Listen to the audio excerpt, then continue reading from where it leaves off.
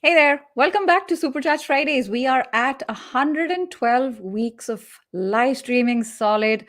I hope you're well and safe. Comment in the comments.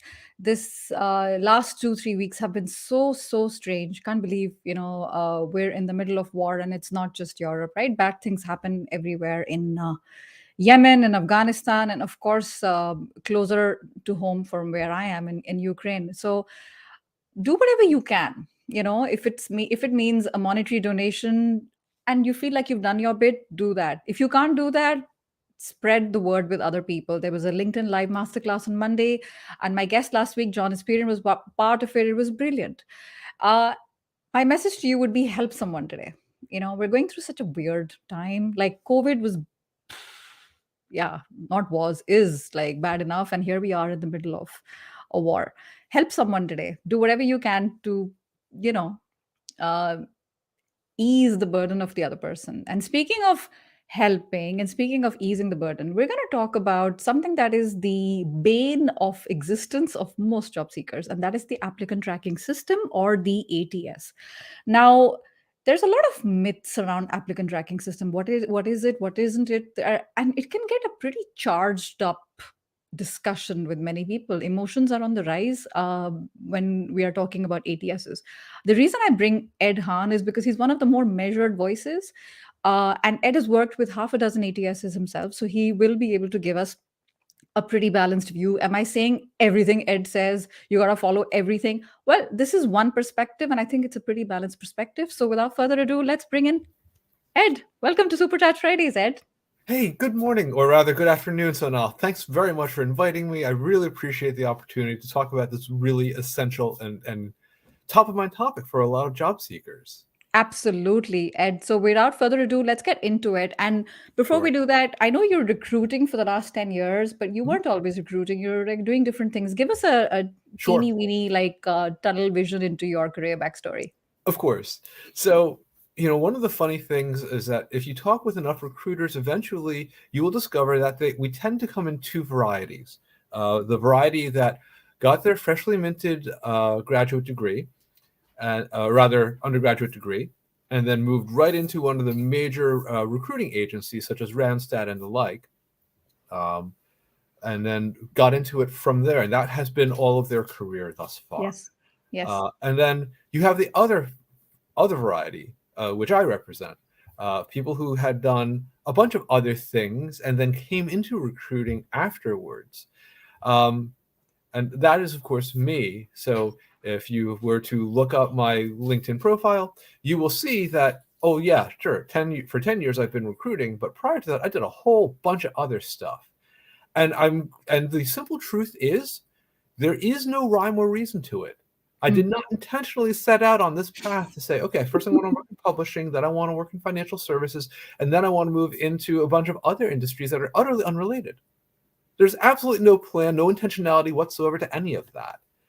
Um, but what I have found is that this breadth of experience, this diversity of experience, has positioned me really well, I think, to be able to relate very powerfully and authentically with people from all different kinds of backgrounds. Yes. And so I have found that a really powerful way of forging a rapport with the people that I want to engage with. Love it. Love it. So, if anyone is unfamiliar with Ed, I highly recommend you follow him on LinkedIn. There's lots of helpful people on LinkedIn. I've had a lot of them on Supercharged Fridays, but there's very few who are who give as much value in limited character space. Thank you, So Sia. someone will write like a 3,000 character post on a very useful thing, and it is useful. Ed will take that exact same thing and he will put it in 20 words. So if you want like tweet type value coming from a recruiter who is intimately aware of what it takes, to be in the job search on both sides, definitely follow Ed. Fantastic. We Thank you. have Ed folks who are joining us from pretty much all over the world. Yes, Excellent. Vibhor, we are live on YouTube. You can see comments coming in from YouTube. So more than welcome to log in from there. It also helps, I think, a little bit from privacy. If you don't want, to be seen on LinkedIn that you're watching a show about recruiters and job search. So makes perfect sense. So Ed, let's get into it. Ed, Sure. you are the teacher today. We are all students. We have our post-its, we have our pens, and we Yep. have our cup of tea. Cheers. Cheers. Let's Indeed. go. Indeed, we Uh, do. yes, we do. So, what is the ATS? And Okay. also, what isn't the ATS? Right. So let's get into that. So ATS is an abbreviation for Applicant Tracking System. It is very simply software application that these days is cloud-based, that surprisingly is designed to track applicants. So every ATS that I'm familiar with, and to be very clear, I have multiple times been involved in efforts to select and then implement an ATS. So I feel like I have a pretty good basis for making these kinds of statements. Yeah. They all offer certain features, right? They all offer the ability to collect resumes from people who apply for positions, right? They also offer the ability to have the actual jobs because you post them through the ATS quite often, and then you want to match the applicants to those things, right? But then there's two other features, and not all ATSs offer both of these. There's a third feature, which is a preliminary question that you can ask the applicants to answer in the process of applying for the position, right? And then there's a fourth feature, and this is the one that most ATSs offer, or rather many ATSs offer. And this is the thing I think that is misconstrued a lot. It does some rudimentary word matching between the text of the job description and the text of the resume.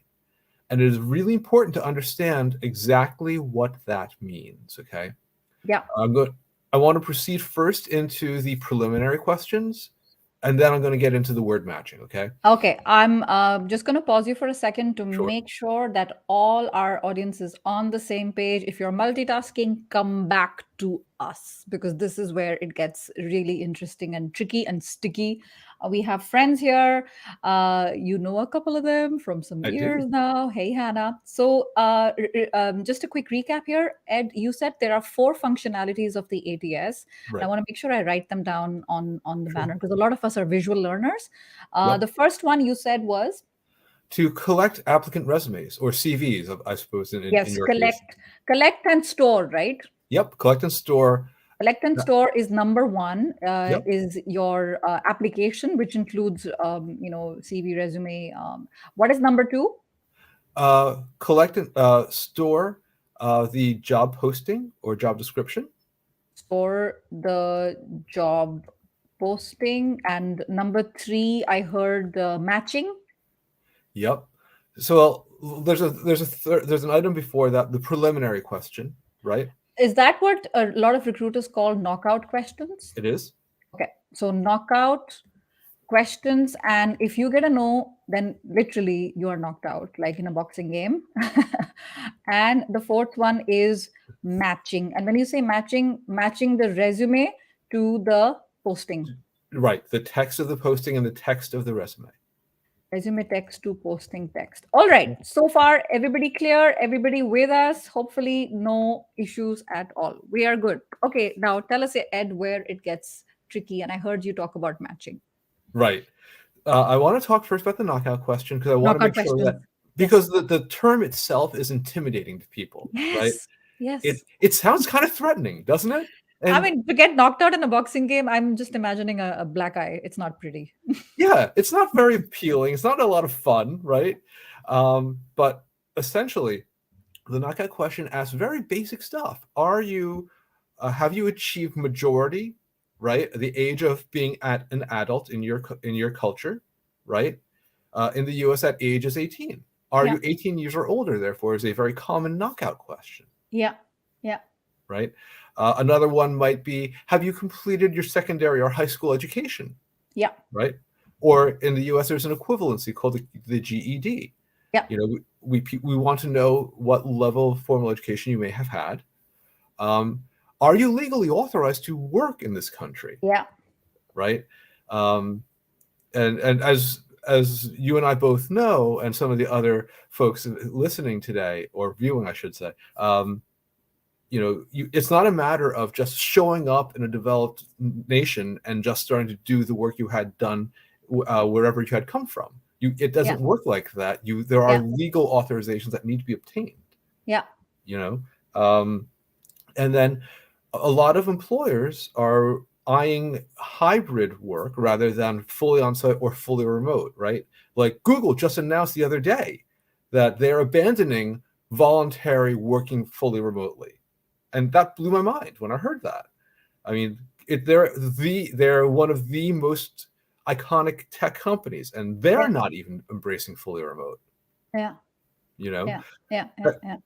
So the thing that a lot of employers want to know is, well, can you commute to the place where this position is going to be located? So that can also be a knockout question? Yes, it can. Yes, it can. Okay. So these are commonly ones that I'm familiar with or have encountered. Yes. All right. So those are the knockout questions. These are important. Yeah. These are and it very has nothing to do with your qualifications. Nothing at all. This is just the logistics of, can we employ you? Would this be desirable for you? This is honestly quite a reasonable thing, right? So anyone who's got these conspiracy theories about how these knockout questions are your enemy, come on. I mean, yeah, if you have a startup, you want to hire a marketing person, you need to sponsor them. They need to come from Sri Lanka. You can't do it. You don't have the budget. So put yourself in the shoes of the company. So far, so good. Are you of adult working age? Are you authorized to work in this country? Do you have the minimum educational criteria that they need? Right. You don't have to like it, but it is what it is, right? We live in a world where we need to face reality every now and then. Sure. And this is a very good one. With the whole virtue signaling last year or 2020, oh, everybody's going to be 100% remote all the time. And then suddenly, like, oh, no, we want you back in the office. It's not enough because a lot of innovation and etc. can't be happening with people's kitchens everywhere. Okay, got it. So, can you work? Can you commute to the office? Yes or no? So, if you write no in any of these questions, the company doesn't want to waste your time. And more importantly, they don't want to waste their own time to take it further. So far, so good. Yeah. And all right. To be very clear, oftentimes I will find that when I contact these applicants who don't reside within the geography, that they didn't realize that the position is not remote and is based in and has that requirement. We typically we say that in our job postings, but there's a lot of text in these things, so people will miss it. It's an honest mistake. We understand that. Yes, it's important to read it, and it's not even fine print. It's actually the first thing, right? Knockout is nothing fine about knockout. It's in your face. So make sure you look at that. And Ed, you and I were chatting backstage. You have a dozen open positions right now. And first thing I asked you is, okay, are they US based? Do you only hire people living in the US? Your answer was yes. So do not send your resume at the end of this session to Ed if you're not residing there. It's one of the limitations, right, of the company that you're working in. Fantastic. Our friend Hannah has an article. Hannah's been in this space for a while. She was on Superchat Fridays as well in 2020. So please check out this article. Hannah, thank you so much for sharing. Brilliant. So far we are on the same page when it comes to the 4 functionalities of the resume. Number 3, which is the knockout questions. And now let's talk about now the rubber is meeting the road, Ed. Talk to us about the matching keyword, buzzword, all of that. Sure. So at the end of the day, I think it's very important to understand that ultimately computers are stupid. They really are. Would you just repeat what you just... Computers are stupid. Computers are stupid, right? And I say that having been someone who has hired machine learning professionals, okay? It is important to understand this because the computer only does what the program tells it to. Yeah. That's all it does. Okay? It's a slave to our command. Exactly. It doesn't extrapolate. We're having the hardest time teaching computers how to learn.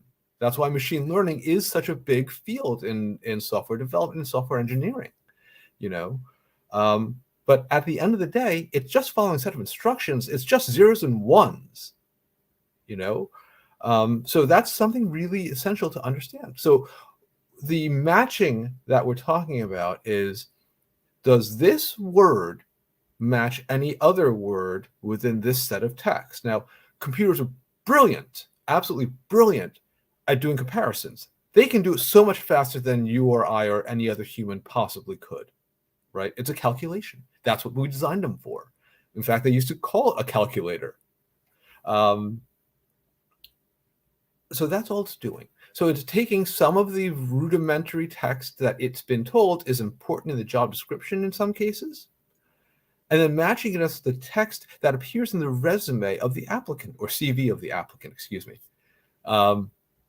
So for example, let us say that the job posting is for a position called a project manager, okay? And in the job description, there might be text talking about milestones, timetables, budgets, right? Projects, project plans, agile or waterfall methodologies, or Prince in the UK, of course. Scrum. Yeah. Right? Scrum, obviously. Yeah. So what it's doing is it's comparing those words and then comparing it against the text in the document that the applicant has provided.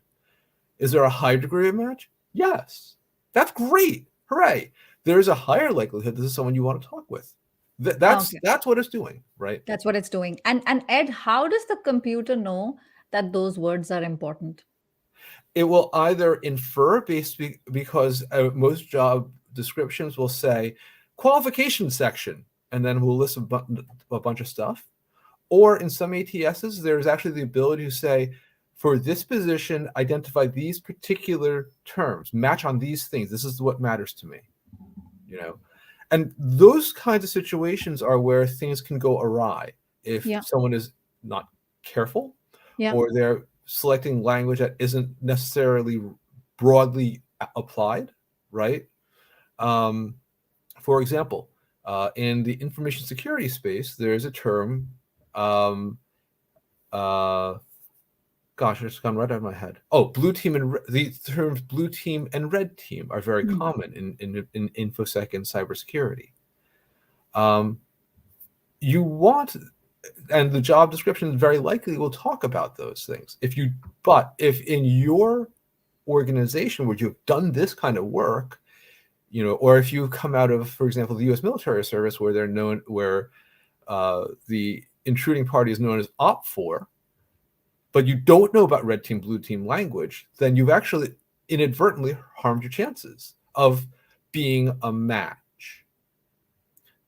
But here's the big constraint on all of this, okay? And this is really important. The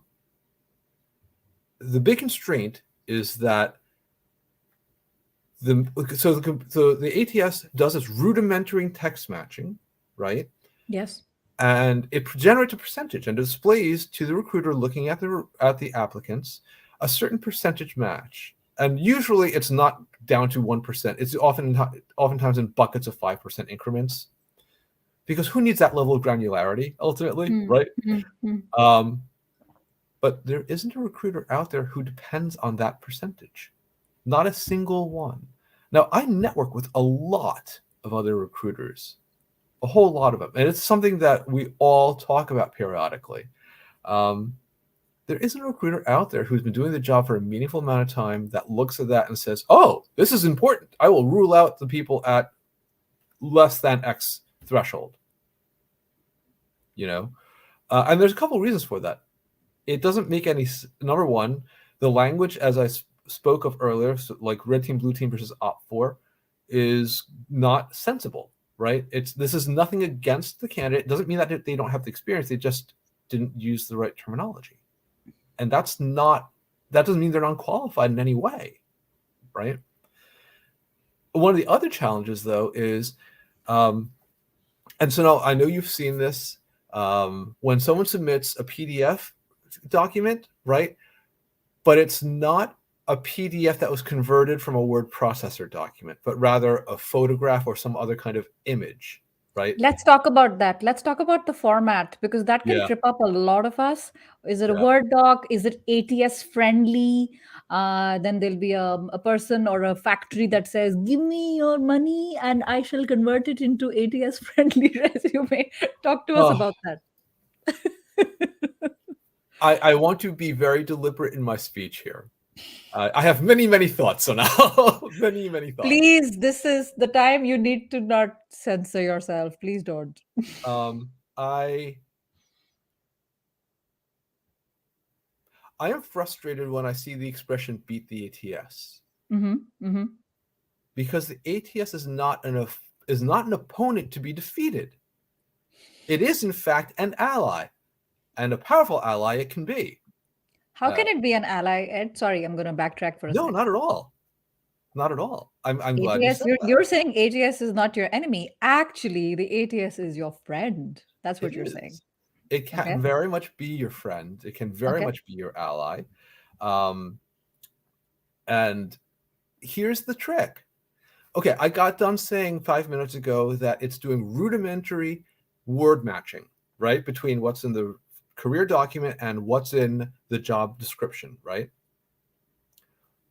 So isn't the logical implication that you should look at the qualification space of the job posting and make sure those words appear on your resume? Is that not a logical inference? I mean, it is to me. It sounds reasonable. Yes.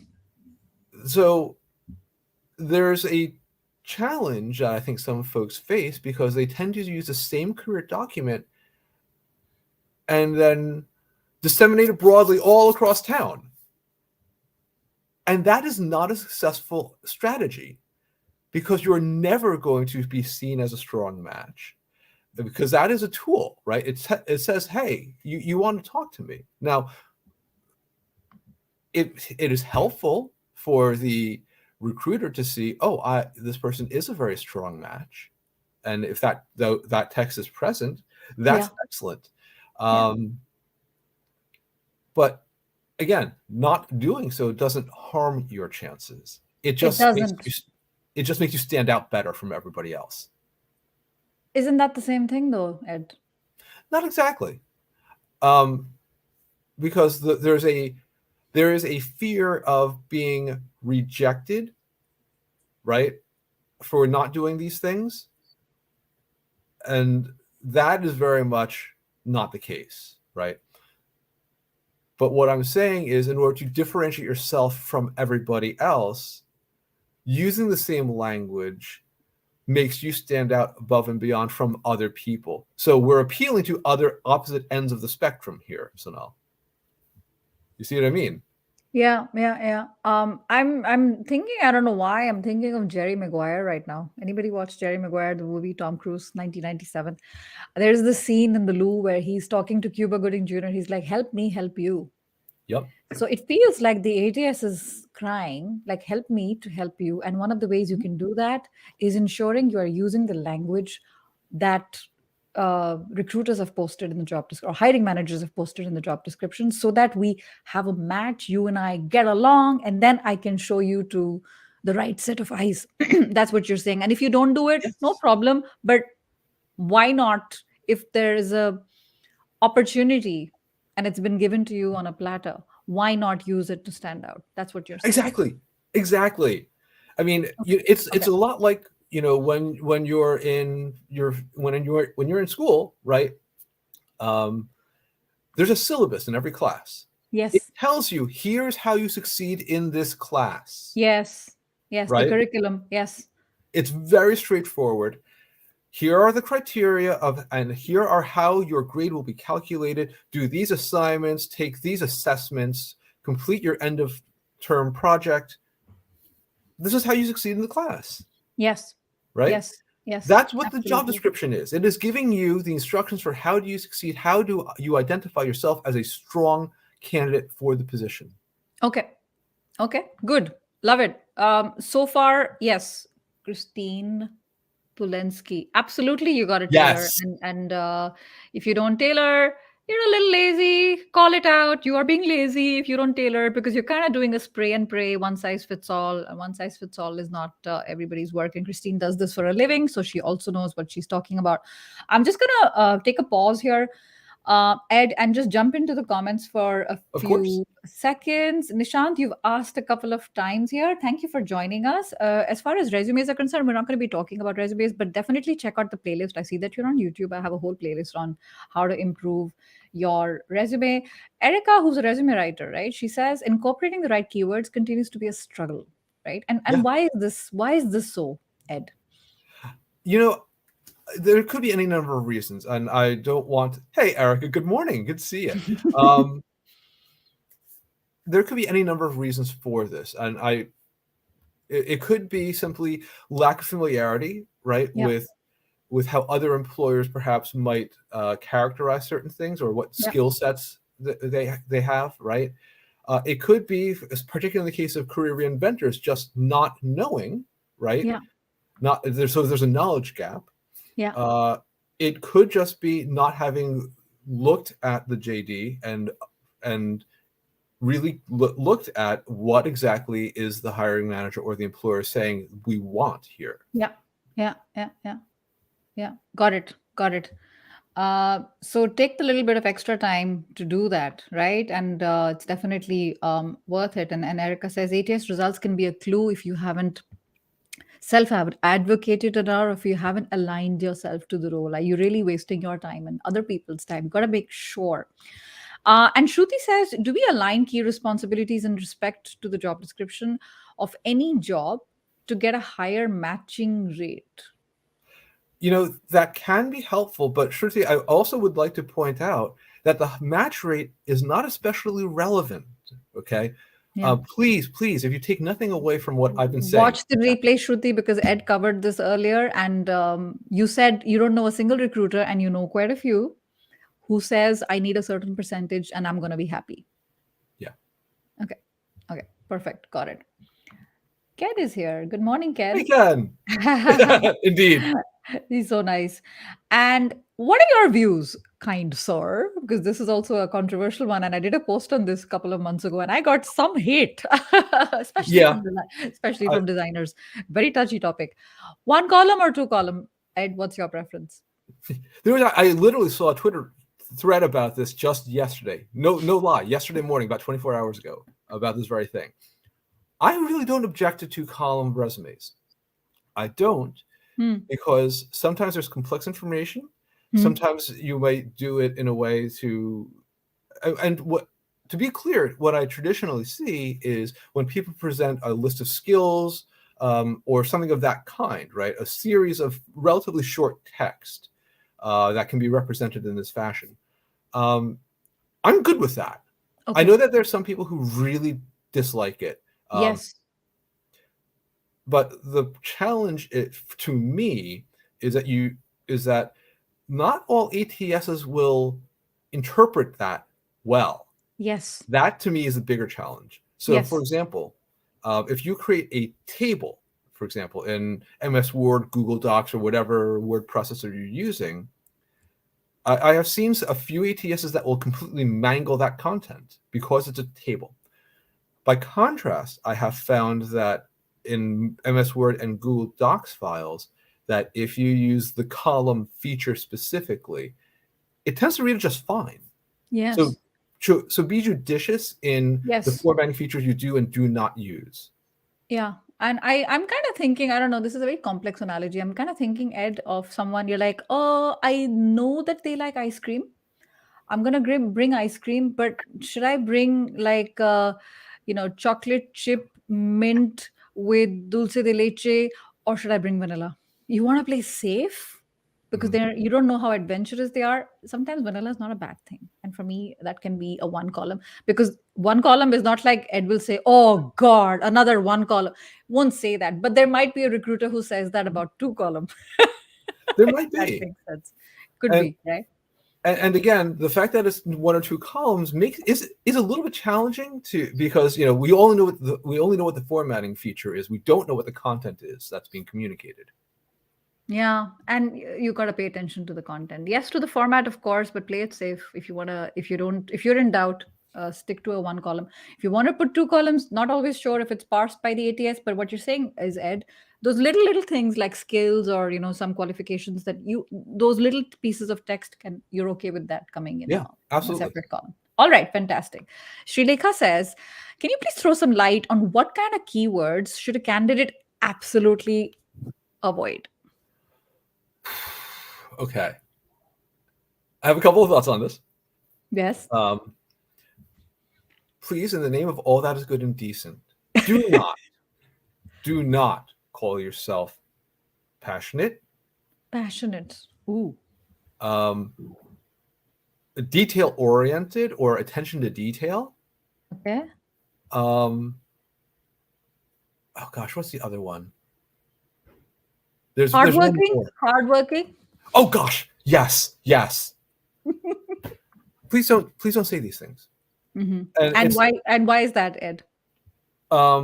because there are 999 out of 1,000 resumes and CVs. Everyone says that they are. That space is better used for other things that really communicate what is part of your unique value proposition. Yes. Yes. If everyone is saying it, then there's no sense in saying it, right? Yes. I breathe oxygen. Well, great. So is everyone listening.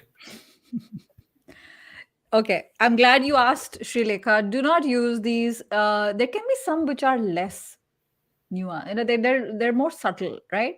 Do not use buzzwords and do not stuff buzzwords into one limited space, thinking it's gonna help you to stand out. Computer doesn't care two hoots, and in all that is, like you said, for the love of God, don't do it. Why everyone does it? You're not doing yourself any favors. If you don't remember anything, please remember this and take it away as well. And Craig says you got to use the same language. Yeah, I call it the Jedi mind trick. Any Star Wars fans here? You use their language, they can already imagine you working with them and all those nice positive thoughts. And it's not perfect. It's human beings, right? And they make decisions based on that. All right. Azharuddin says, do ATSs filter applications based on the location on the CV?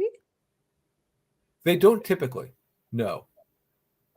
When you submit your career document for an application, it'll record that information, but it typically does not. It typically does not do anything with your location information. Now, to be clear, that is a capability that I think some ATSs might support. For example, mine is set to reject anyone who's not in the US. Yes, is that going to be in the knockout, or is it already set for rejection? Mostly, it should be out the knockout, but not every ATS feature offers the knockout option. Okay. So they might set this up in a different way. Okay.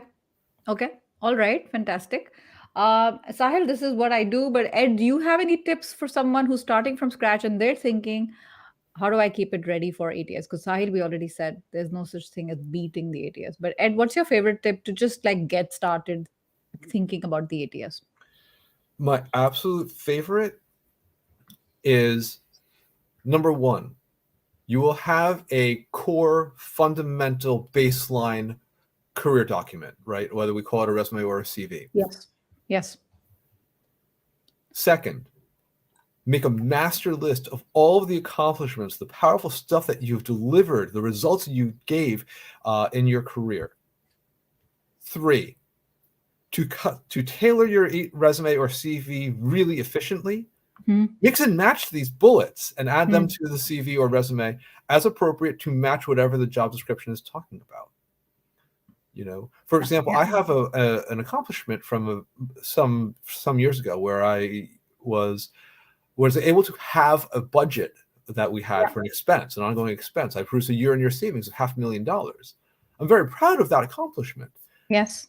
But it doesn't speak to anything related to my job as a recruiter, so I don't use it any longer. Yes. All right. You asked one question, Azharuddin. You got Sahil. You got one question. You got 3 responses. Make your basic career document. Make a master file which is full of achievements. And the third thing you said, Ed, was match these two The to the JD. open to the posting. Yep. All right, fantastic. Love it.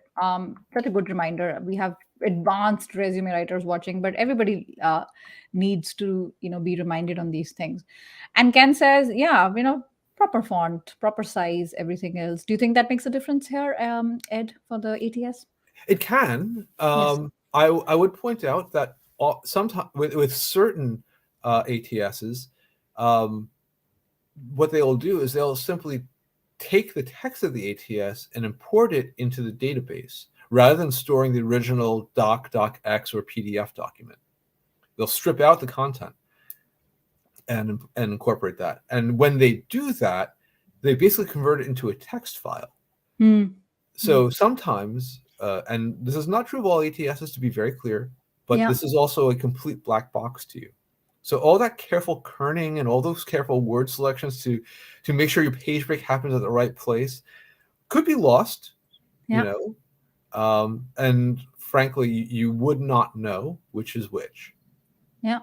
Yeah, exactly. Hence, avoid, like Sajid here says in Toronto, avoid fancy pictures, tables, personal details, and header and footer simply because you just, want to play it safe. And Erica says, result oriented is the worst. Oh my gosh, Erica, thank you. You are so right.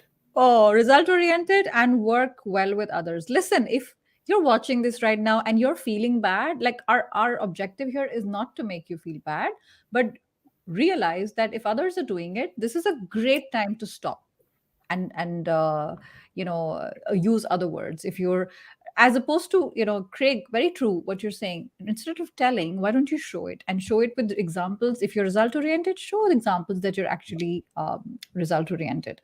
I have very hot questions here. A couple of them. I'm going to take a couple of them because we're taking up Ed's time. It's morning for him Fine. in New York, New Jersey.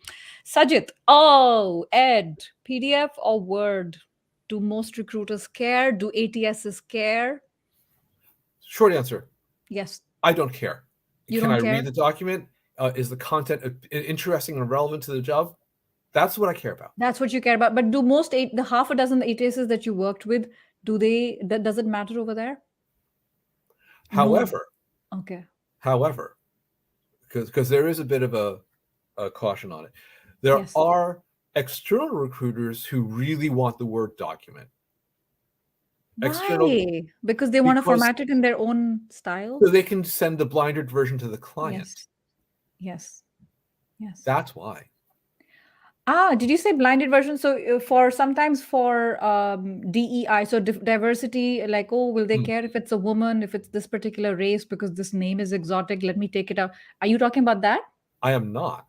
Oh, No, I'm referring to when an sorry. external recruiting agency presents a Yes, got candidate it. to their client, Yes. so they conceal the information so that it's not so the client can't go around and get that person. Client can't sneak around and contact the person on Yeah. LinkedIn on their own, It's and then the very common recruiter practice. loses the fees. No, that's fair. I've seen that happen all the time. All right, Sure.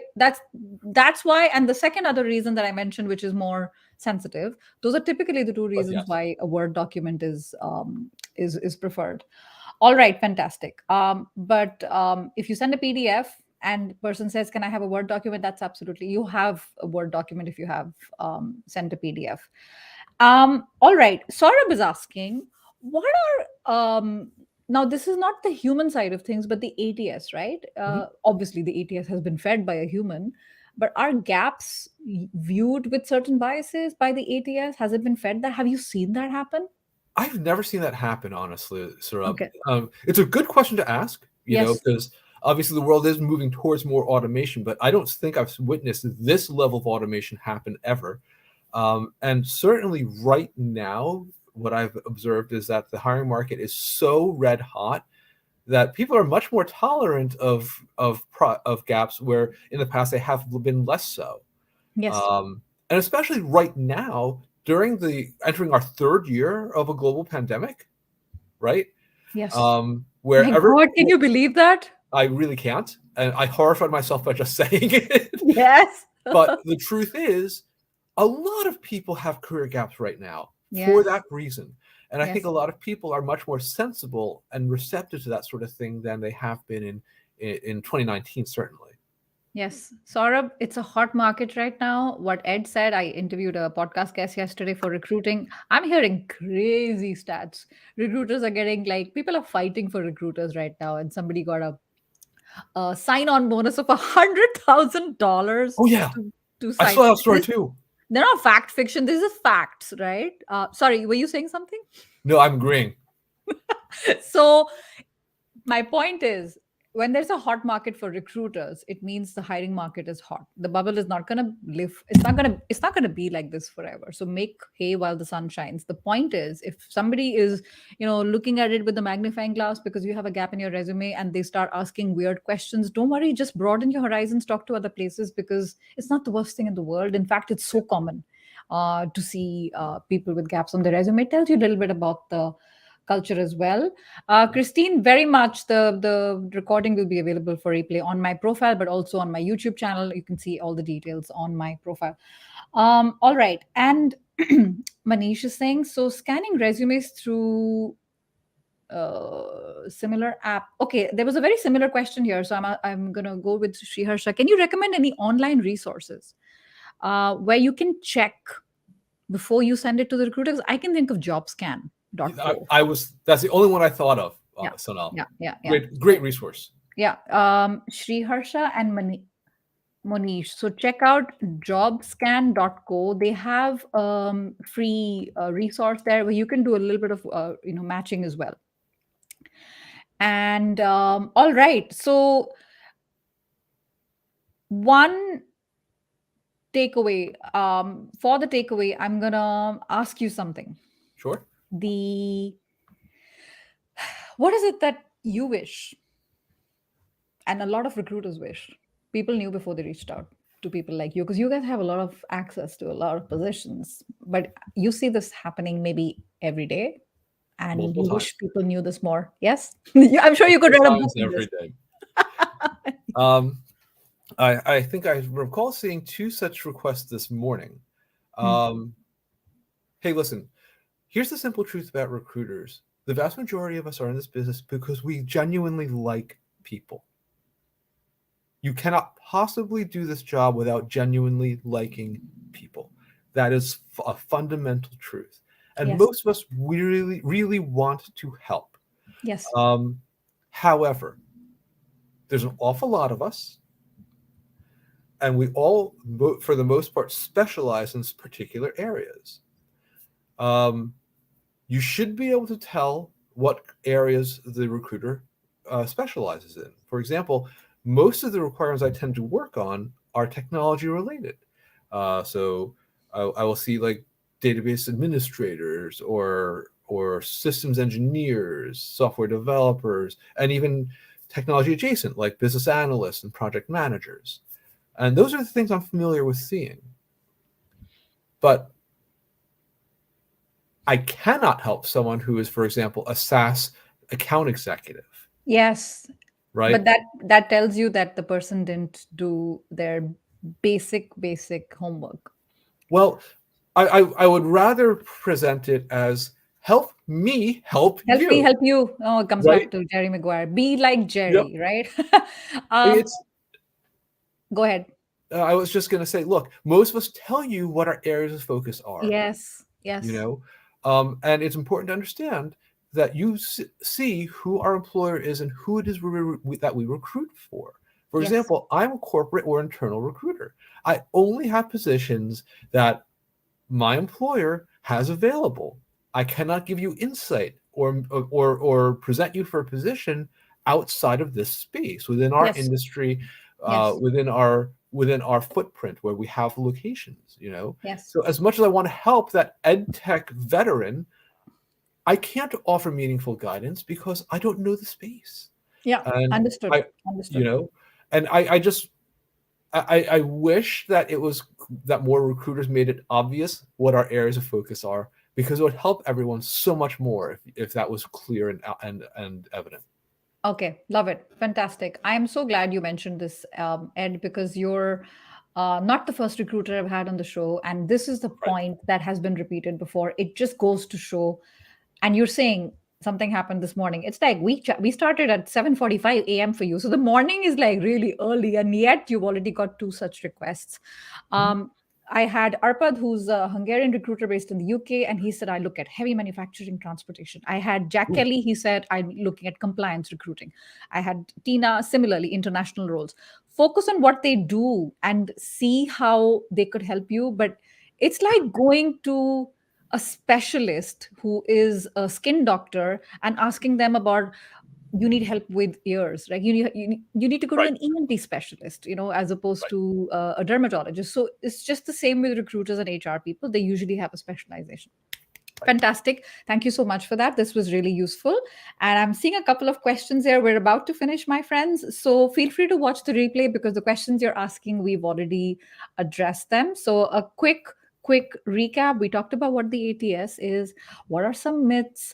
We talked about what does a job seeker need to know, something to be careful of. We talked about knockout questions. That was the hot one today, as well as what the matching actually looks like. So definitely watch the replay because Ed put on his teacher pants and walked into it like step by step. What are those exact knockout questions? Because keep in mind, computers are stupid, right? They're great at matching, they're brilliant at matching, but they only do what humans tell them to do.